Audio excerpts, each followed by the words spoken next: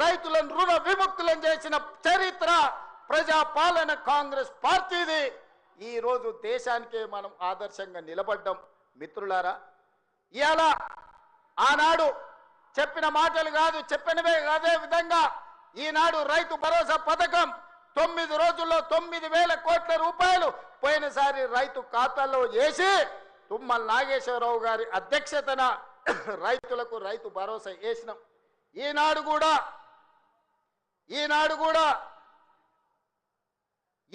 కూడా రైతు భరోసాలో భాగంగా మొదటి విడతగా 3,500 కోట్లు, రెండవ విడత 2,200 కోట్లు, మొత్తం 5,700 కోట్లు ఈరోజు రైతుల ఖాతాలో రైతు భరోసా వేసి వచ్చే నెలలో ఇంకా 3,300 కోట్ల రూపాయలు రైతు భరోసా పథకంలో భాగంగా 9,000 కోట్ల రూపాయలు ఇవాళ రైతుల ఖాతాలో వేసి రైతుల కళ్ళల్లో ఆనందం చూడాలి. వ్యవసాయం దండగ కాదు, వ్యవసాయం పండుగ చేయాలని ఒక గొప్ప సంకల్పంతో ఈనాడు ఇక్కడ మనం ఈ కార్యక్రమం తీసుకున్నాం. మిత్రులారా, ఇంత మంచి పండుగ కార్యక్రమం చేసుకుంటూ రైతులను ఆదుకుంటూ రైతుల కష్టాలు తీర్చుకుంటూ సాగునీటి ప్రాజెక్టులు పూర్తి చేసుకుంటూ రైతుల అవసరాలు ఏమున్నాయో అడుగుతూ ఇల్లు తిరుగుతూ రైతులు పండించిన సన్న వడ్లను ఈనాడు పేదలకు 3,15,00,000 మంది తెలంగాణ బిడ్డలకు ఇవాళ సన్న బియ్యం, తెలంగాణ పండించిన బియ్యాన్ని ఇవాళ పేదలకు అందిస్తున్నాం. ఎక్కడైనా ఏ రాష్ట్రంలో అయినా ఈ భారతదేశంలో స్వతంత్రం వచ్చి 75 సంవత్సరాలలో నేను ఇవాళ సూటిగా సవాలు విసురుతున్నా. గొప్పలు చెప్పుకునేటోళ్ళు, దెబ్బలు చర్చుకునేటోళ్ళు, తొడలు కొట్టుకునేటోళ్లకు సూటిగా నేను సవాలు విసురుతున్నా. ఎన్నడైనా కళలో కూడా మీరు పేదవాళ్ళకు సన్న బియ్యం ఇవ్వాలి. ఈ సన్న బియ్యం తల్లిదండ్రులు కన్న తల్లి తన బిడ్డకు, సంటి బిడ్డకు బుక్కడు బువ్వ తినిపించే పథకం ఎన్నడైనా మీరు ఆలోచన చేసిండ్రా? మీరు గడిలలో ఉండి సన్న బియ్యం తింటుంటే, దావతులు చేసుకుంటుంటే, బిర్యానీలు తింటుంటే, పేదవాళ్లకు దొడ్డు బియ్యం ఇస్తే వాటిని తినలేక పశువులకు దానా పెడుతుంటే ఎప్పుడైనా మీకు వాళ్ళ పట్ల కనికరం కలిగిందా అని నేను అడుగుతున్నా. ఇవాళ నేను అడుగుతున్న మిత్రుల ఈ వేదిక మీద నుంచి ఒక ఆయన అంటున్నాడు, ఇంతకాలం శ్రీధర్ బాబు గారు, అట్లూరు లక్ష్మణ్ గారు అనేవాళ్ళు ఆయన పెద్ద మనిషి అని. ఇక ఆయన పెద్ద ఆయననో కాదో నాకైతే తెలియదు, కానీ ఆయన అంటున్నది ఏందయ్యా అంటే ప్రజాపాలన పోవాలి, పాపాల భైరవుడు రావాలంట. నేను అడుగుతున్న మా మిత్రులను, ప్రజాపాలన ఎందుకు పోవాలి? ఫామ్ హౌస్ల పండుకున్న పాపాల భైరవుడు ఎందుకు అధికారంలోకి రావాలి అని నేను అడుగుతున్న ఈ వేదిక మీద నుంచి. ప్రజాపాలన ఆ పెద్ద ఆయననో వాళ్ళ తాతనో వాళ్ళ ముత్తాతలో తెస్తే రాలేదు. ఈ ప్రజాపాలన వచ్చింది లక్షలాది మంది కాంగ్రెస్ పార్టీ కార్యకర్తలు త్యాగం చేసి తమ రక్తాన్ని చెమటగా మార్చి భుజాలు కాయలు కాసేలా 3 జెండాను మోస్తే ఈనాడు ప్రజాపాలన వచ్చింది.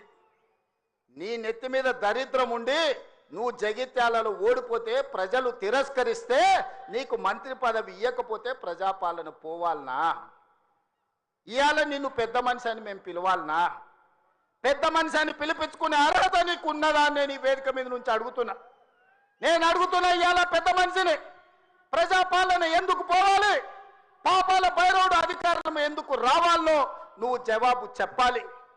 నీ పదవి కోసం, నీ అధికారం కోసం, నీ ఆకాంక్ష కోసం ఆనాడు 1983 చరిత్ర వెనక్కి వెళ్ళి ఆయన పుట్టు పూర్వతరాలు పుట్టు మచ్చలు ఇవ్వాలి. ఈ వేదిక మీద నుంచి నేను చెప్పదలుచుకున్నా.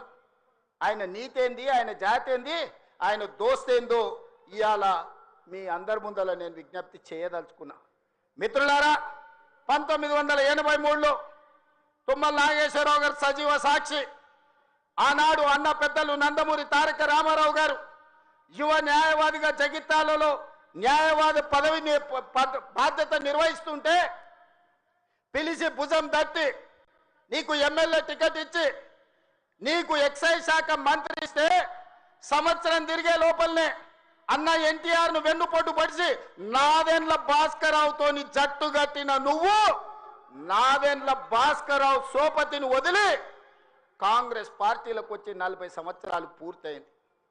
నేను అడుగుతున్నా పెద్ద మనిషిని, ఈ 40 ఏళ్ళు జగిత్యాల నియోజకవర్గమే కాదు కరీంనగర్ జిల్లాలో ప్రతి కాంగ్రెస్ పార్టీ కార్యకర్త 14 ఎన్నికల్లో 11 సార్లు ఎమ్మెల్యే 3 సార్లు ఎంపీ 1 సారి ఎమ్మెల్సీ 14-15 సార్లు బీభావిస్తే దుఃఖాన్ని దిగముంగుకొని ఎన్టీఆర్ ను వెన్నుపోటు పడిచిన నిన్ను, నాదెండ్ల భాస్కరరావు అనుచరుడైన నిన్ను ఎమ్మెల్యేగా ఎంపీగా ఎమ్మెల్సీగా ఏ ఎన్నికల్లో పోటీ చేసినా వేలాది మంది కాంగ్రెస్ పార్టీ కార్యకర్తలు నిన్ను భుజాల మీద మోసిన మాట నిజం కాదా?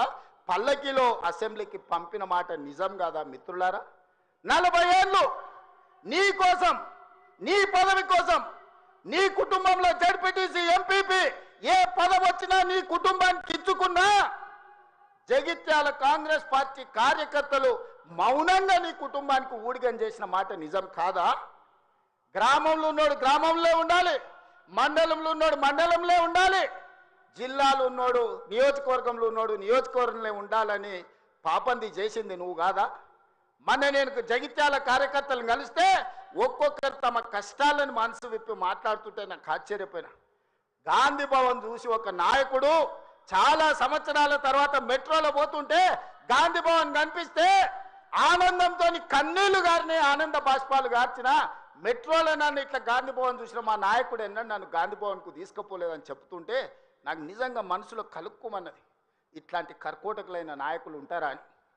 అలాంటి నాయకుని కూడా జగిత్యాల ప్రజలు 14 సార్లు బీమా ఇస్తే ఎన్నో సార్లు ఓడిపోయినా